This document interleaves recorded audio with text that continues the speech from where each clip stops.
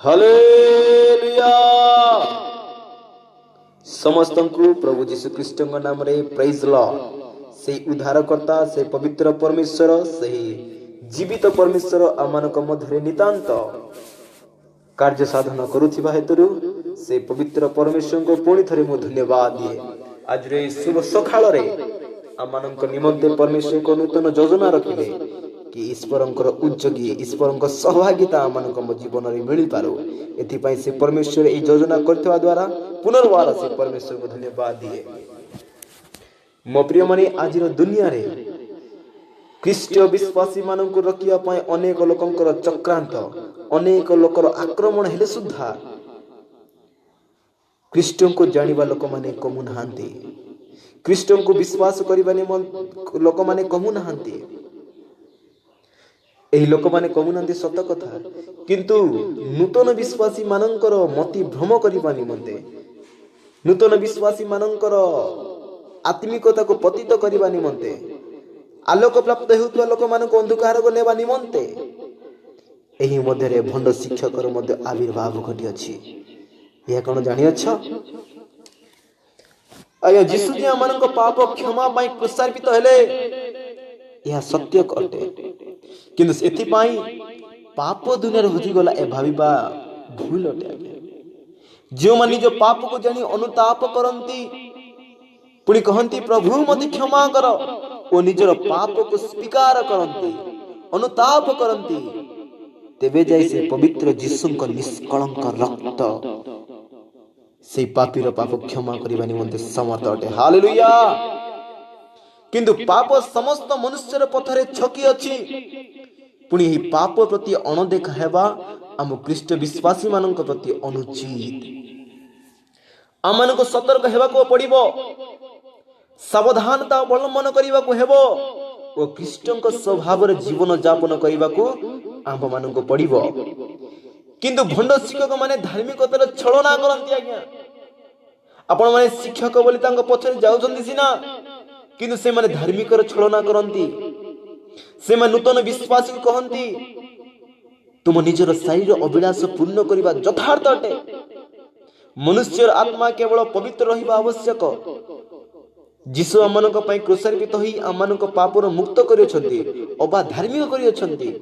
ଏହି ହେତୁ ଆମ୍ଭେମାନେ ଯାହା ବି ପାପ କରିପାରୁ ତାହା ପ୍ରଭୁ ଗଣନା କରିପାରେ ନାହିଁ। କାରଣ ଆମେମାନେ ବର୍ତ୍ତମାନ ଧାର୍ମିକ। ଆମ ଶରୀରରେ ଆମେ ଯାହା ବି କରିପାରୁ ଈଶ୍ୱର ତା ପ୍ରତି ଧ୍ୟାନ ଦିଅନ୍ତି ନାହିଁ ବୋଲି ଏହି ଭଣ୍ଡ ଶିକ୍ଷକ ମାନେ ଏହି ପ୍ରକାର ମିଥ୍ୟା ଶିକ୍ଷା କରନ୍ତି ମଣ୍ଡଳୀରେ ମଧ୍ୟ ବ୍ୟାପି ଯାଇଥିଲା। କିନ୍ତୁ ମନୁଷ୍ୟର ଶରୀର ଅତି ଗୁରୁତ୍ୱପୂର୍ଣ୍ଣ ଅଟେ। ମୋ ପ୍ରିୟ ମାନେ, ଏଇ ଯୋଉ ଭଣ୍ଡ ଶିକ୍ଷକ ମାନେ ଭଣ୍ଡ ଶିକ୍ଷା, ମିଥ୍ୟା ଶିକ୍ଷା ଦେଉଅଛନ୍ତି ସତ କଥା, ମନୁଷ୍ୟ ବିଷୟରେ କହୁଛନ୍ତି ସତ୍ୟ କଥା, କିନ୍ତୁ ମନୁଷ୍ୟର ଶରୀର ଅତି ଗୁରୁତ୍ୱପୂର୍ଣ୍ଣ ଅଟେ। ଏହି ଶରୀର ବ୍ୟଭିଚାର ନିମନ୍ତେ ନୁହେଁ, କିନ୍ତୁ ପ୍ରଭୁଙ୍କ ନିମନ୍ତେ। ପ୍ରଥମ କରନ୍ତି 6:13 ଲେଖାଯାଏ। ପୁଣି ଆମର ଶରୀର ଖ୍ରୀଷ୍ଟଙ୍କର ଅଙ୍ଗ ସ୍ୱରୂପ ଅଟେ। ଏହା ମଧ୍ୟ ପ୍ରଥମ କରନ୍ତି 6:15 ଲେଖାଯାଏ। ଆମର ଶରୀର ପବିତ୍ର ଆତ୍ମାଙ୍କ ମନ୍ଦିର ଅଟେ, ଯାହା ଲେଖାଯାଇଅଛି ପ୍ରଥମ କରନ୍ତି 6:18-20। ଏହି ପ୍ରକାର ଭଣ୍ଡ ଶିକ୍ଷକ ମାନେ ନୂତନ ନୂତନ ବିଶ୍ୱାସୀ ମାନଙ୍କୁ କହନ୍ତି ତୁମେ ମାନେ ବ୍ୟବସ୍ଥାର ମୁକ୍ତ ଅଟ, କିନ୍ତୁ ଏହି ଭଣ୍ଡ ଶିକ୍ଷକ ମାନେ ନିଜେ ନିଜେ ବିନାଶର ଦାସ ଅଟନ୍ତି, ଯାହା ଲେଖାଯାଇଅଛି ରୋମୀୟ ପୁସ୍ତକ 6:16। ପାପ ସେମାନଙ୍କର କର୍ତ୍ତା ଅଟେ। ଆଜ୍ଞା, ପାପ କରିବା ନିମନ୍ତେ ଏମାନେ এই ପାଖ সেই ପାଖ ଦୌଡ଼ି ବୁଲନ୍ତି। ଖ୍ରୀଷ୍ଟିଆନ ମାନେ ବାସ୍ତବରେ ସ୍ୱାଧୀନ ଅଟନ୍ତି ସତ କଥା, ମାତ୍ର ସେମାନେ ପାପ କରିବାକୁ ସ୍ୱାଧୀନ ନୁହନ୍ତି। ଯାହା ଭଣ୍ଡ ଶିକ୍ଷକ ମାନେ କହନ୍ତି ତୁମମାନେ ପାପ କରିବାକୁ ସ୍ୱାଧୀନ, କିନ୍ତୁ ଖ୍ରୀଷ୍ଟ କହନ୍ତି ମୁଁ ତୁମମାନଙ୍କୁ ମୋ ସତ୍ୟତାରେ ତୁମକୁ ସ୍ୱତନ୍ତ୍ର କରିଛି ସତ କଥା, କିନ୍ତୁ ପାପ କରିବାକୁ ସ୍ୱାଧୀନ ନାହିଁ। ସେହି ସମୟ ଭଣ୍ଡ ଶିକ୍ଷକଙ୍କ ମୁଖ୍ୟ ପାପ ଥିଲା, ସେମାନେ ନୂତନ ବିଶ୍ୱାସୀ ମାନଙ୍କୁ ପ୍ରତାରିତ ଓ ପଥଭ୍ରଷ୍ଟ କରୁଥିଲେ। ଏହି ନୂତନ ବିଶ୍ୱାସୀ ମାନେ ସଂସାରର ଅସୁଚିତା ରକ୍ଷା ପାଇବା ବେଳେ ଏହି ଭଣ୍ଡ ଶିକ୍ଷକ ମାନେ ମିଥ୍ୟା ଶିକ୍ଷା ଦେଇ ସେମାନଙ୍କୁ ପୁନର୍ବାର ସଂସାରର ଅସୁଚିତାରେ ଆବଦ୍ଧ କରି ପତିତ କରୁଥିଲେ। ତାହା ଏବେ ମଧ୍ୟ ଶକ୍ତିଶାଳୀ ଭାବରେ କାମ କରୁଅଛି।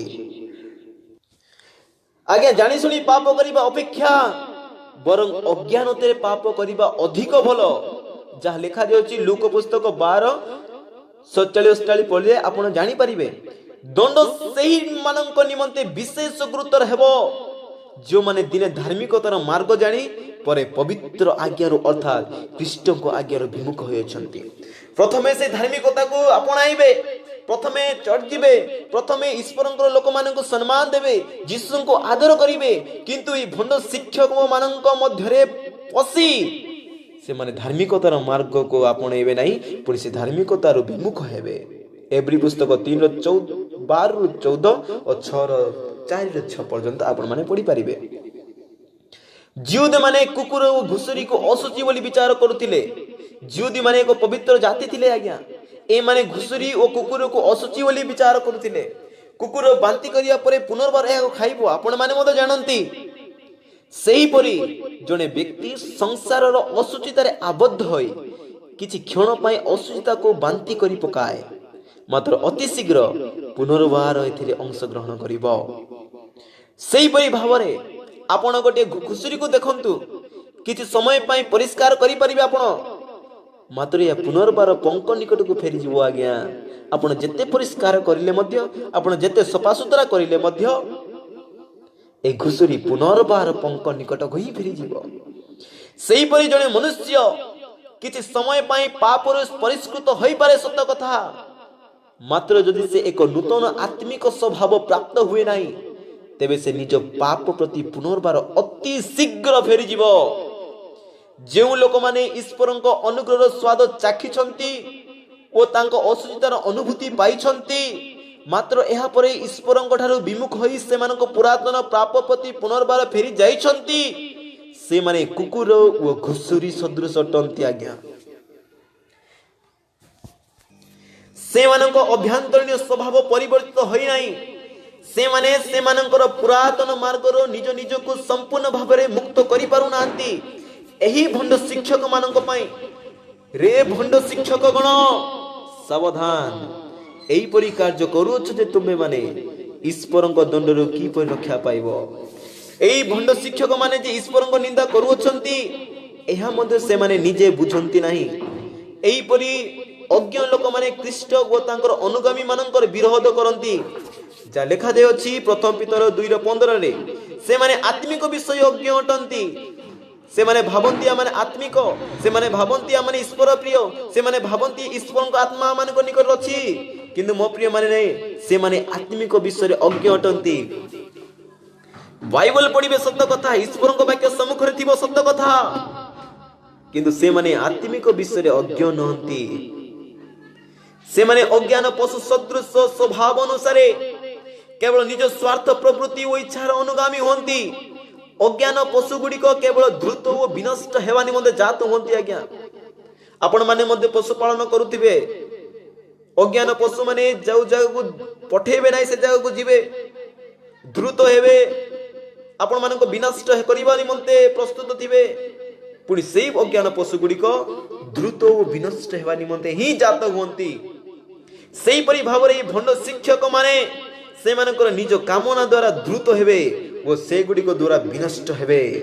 ଯାହା ଲେଖାଯାଉଛି ଜିଉଦା 10ରେ, ଯେ ପାପ କରେ ସେ ପାପର ଦାସ ଅଟେ, ଜହନ 8:32, ଆଉ ପାପର ବେତନ କେବଳ କେବଳ ମୃତ୍ୟୁ ଅଟେ ମୋ ପ୍ରିୟ ମାନେ, ଯାହାକି ରୋମିଓ 6:23 ଲେଖାଯାଇଅଛି।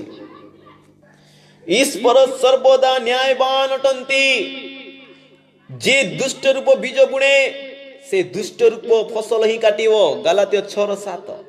ଯେଣୁ ଯେ ଆପଣ ଶରୀର ଉଦ୍ଦେଶ୍ୟରେ ବୁଣେ ସେ ଶରୀରରୁ ଉତ୍ପନ୍ନ କ୍ଷୟଣୀୟ ଶସ୍ୟ କାଟିବ, ଗାଲାତୀୟ 6:8।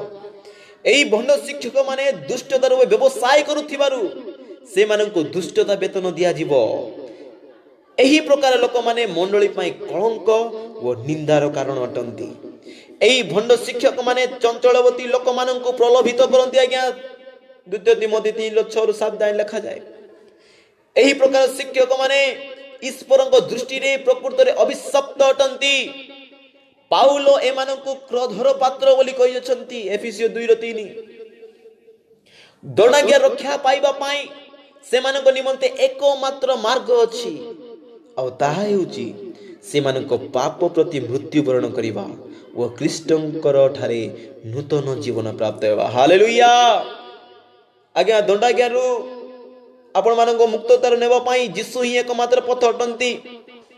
ଆପଣମାନଙ୍କ ପାପରୁ ମୁକ୍ତିକୁ ଦେବା ପାଇଁ, ଆପଣମାନଙ୍କ ପାପରୁ ରକ୍ଷା କରିବା ପାଇଁ, କ୍ଷମା କରିବା ପାଇଁ ଖ୍ରୀଷ୍ଟ ହିଁ ଏକମାତ୍ର ପଥ ଅଟନ୍ତି। ଭଣ୍ଡ ଶିକ୍ଷକ ମାନେ ପୁରାତନ ନିୟମର ଭାବବାଦୀ ବାଲାମ ସଦୃଶ ଅଟନ୍ତି, ଯିଏ ଅର୍ଥ ପାଇଁ ଭାବବାଣୀ କହିବାକୁ ପ୍ରଲୋଭିତ ହୋଇଥିଲା, ଯାହା ଲେଖାଯାଇଅଛି ଗଣନା ପୁସ୍ତକ 22:1-21 ପଢିଲେ ଆପଣମାନେ ବାଲାମ ଭାବବାଦୀ ବିଷୟରେ ଜାଣିପାରିବେ। କେବଳ ସେତିକି ନୁହେଁ, ବାଲାମ ନିଜର ମିଥ୍ୟା ଭାବବାଣୀ ଦ୍ୱାରା ବହୁତ ଜିହୁଦୀ ମାନଙ୍କୁ ପ୍ରଭୁଙ୍କ ଠାରୁ ଦୂରେଇ ନେଇଥିଲା। ଗଣନା ପୁସ୍ତକ 31:16 ପୁଣି ପ୍ରକାଶିତ ବାକ୍ୟ 2:14 ଲେଖାଯାଇଅଛି। ଏହି ଭଣ୍ଡ ଶିକ୍ଷକ ମାନେ ନିର୍ଜଳ ସଦୃଶ ଅଟନ୍ତି। ଭଣ୍ଡ ଶିକ୍ଷକ ମାନେ ପ୍ରଚଣ୍ଡ ବାୟୁରେ ଚାଳିତ ମେଘ ତୁଲ୍ୟ ଅଟନ୍ତି। ସେମାନେ ଏ ପାଖ ସେ ପାଖ ହୋଇ ଚାଳିତ ହୁଅନ୍ତି। ସେମାନଙ୍କ ଶିକ୍ଷା ସ୍ଥାୟୀ ହେବ ନାହିଁ, ଏହା ମେଘ ସଦୃଶ ବିତାଡ଼ିତ ହେବ। ଏହି ଭଣ୍ଡ ଶିକ୍ଷକ ମାନଙ୍କ ବିଷୟରେ ପିତରଙ୍କୁ କେତେ ଭୟଙ୍କର ବିଷୟରେ କହିବାକୁ ପଡ଼ିଥିଲା। ଯୀଶୁ ପିତରଙ୍କୁ କହିଥିଲେ, ମୋର ମେଷମାନଙ୍କୁ ପ୍ରତିପାଳନ କର, ଯାହା ଲେଖାଯାଇଅଛି ଯୌନ ପୁସ୍ତକ 21:17। ମାତ୍ର ପିତର ବର୍ତ୍ତମାନ ଯୀଶୁଙ୍କ ମେଷପାଳକଙ୍କୁ ଏହି ଭଣ୍ଡ ଶିକ୍ଷକ ମାନେ ଗରଳ ଖୁଆଉଥିବା ଦେଖୁଅଛନ୍ତି, ଆଉ ମେଷମାନେ ତାହା ଜାଣିପାରୁନାହାନ୍ତି। ଆମେ କହିପାରିବା ନାହିଁ ଯେ ଏହି ଗରଳ ଭଣ୍ଡ ଶିକ୍ଷକ ମାନେ ଆମ ମଣ୍ଡଳୀରେ ଆଦୌ ଦେଖାଯିବେ ନାହିଁ। ସେମାନଙ୍କ ଆବିର୍ଭାବ ନିଶ୍ଚୟ ଘଟିବ। ଯୀଶୁ କହିଥିଲେ, ମୁଁ ତୁମମାନଙ୍କୁ ଯାହା କହୁଛି ତାହା ସମସ୍ତଙ୍କୁ କହୁଅଛି, ଜାଗ୍ରତ ଥାଅ। ନିଶ୍ଚୟ ସେମାନଙ୍କ ଆବିର୍ଭାବ ହେବ। ମୋ ପ୍ରିୟ ମାନେ, ସେଇ ଭଣ୍ଡ ଶିକ୍ଷକ ମାନେ ଆପଣମାନଙ୍କ ସାଥୀ ନୁହନ୍ତି ତ? ସେଇ ଭଣ୍ଡ ଶିକ୍ଷକ ମାନେ ଆପଣ ନୁହନ୍ତି ତ? ସେଇ ଭଣ୍ଡ ଶିକ୍ଷକ ମାନେ ଆପଣମାନଙ୍କ ମଣ୍ଡଳୀ ନୁହନ୍ତି ତ? ସାବଧାନ, ଭଣ୍ଡ ଶିକ୍ଷକ ମାନଙ୍କ ଠାରୁ ଦୂରରେ ଥାଆନ୍ତୁ। ସେମାନେ ତୁମର ପବିତ୍ରତାକୁ ହରଣ କରିଦେବେ। ସେମାନେ ତୁମର ଆଲୋକମୟ ଜୀବନକୁ ଅନ୍ଧକାରମୟ କରିଦେବେ। ସେମାନେ ଯାହା କହୁଛନ୍ତି ନିଜେ ବୁଝନ୍ତି ନାହିଁ। ଏହି ପ୍ରକାର ଲୋକମାନଙ୍କ ନିମନ୍ତେ ଈଶ୍ୱରଙ୍କ କ୍ରୋଧ ବର୍ତ୍ତିବ। ମୋ ପ୍ରିୟ ମାନେ, ସେହି ଭଣ୍ଡ ଶିକ୍ଷକ ମାନଙ୍କ ଦ୍ୱାରା ନିଜର ପବିତ୍ରତାକୁ ହରାନ୍ତୁ ନାହିଁ। ସେହି ଭଣ୍ଡ ଶିକ୍ଷକ ମାନଙ୍କ ଦ୍ୱାରା ନିଜର ଈଶ୍ୱରଙ୍କ ଅନୁଗାମୀ ଲୋକମାନଙ୍କୁ ହରାନ୍ତୁ ନାହିଁ। ସେମାନେ ତ ନିଜର ପୁରସ୍କାର ପାଇବେ। ସେମାନଙ୍କ କଥା ଯଦି ଆପଣ ଶୁଣୁଛନ୍ତି, ସେମାନଙ୍କ ଶିକ୍ଷା ଯଦି ଆପଣ ନେଉଛନ୍ତି, ସେଇମାନଙ୍କର ମଧ୍ୟ ପ୍ରତିଫଳ ଆପଣମାନଙ୍କୁ ଭୋଗିବାକୁ ପଡ଼ିବ। ସାବଧାନ, ଜାଗ୍ରତ ଥାଅ, ପ୍ରାର୍ଥନା କର, ପ୍ରଭୁ ତୁମର ସହବର୍ତ୍ତୀ ଅଟନ୍ତି। ଆମେନ୍। ଏହି ବାକ୍ୟରେ ପ୍ରଭୁ ସମସ୍ତଙ୍କୁ ଆଶୀର୍ବାଦ କରନ୍ତୁ। ଆମେନ୍।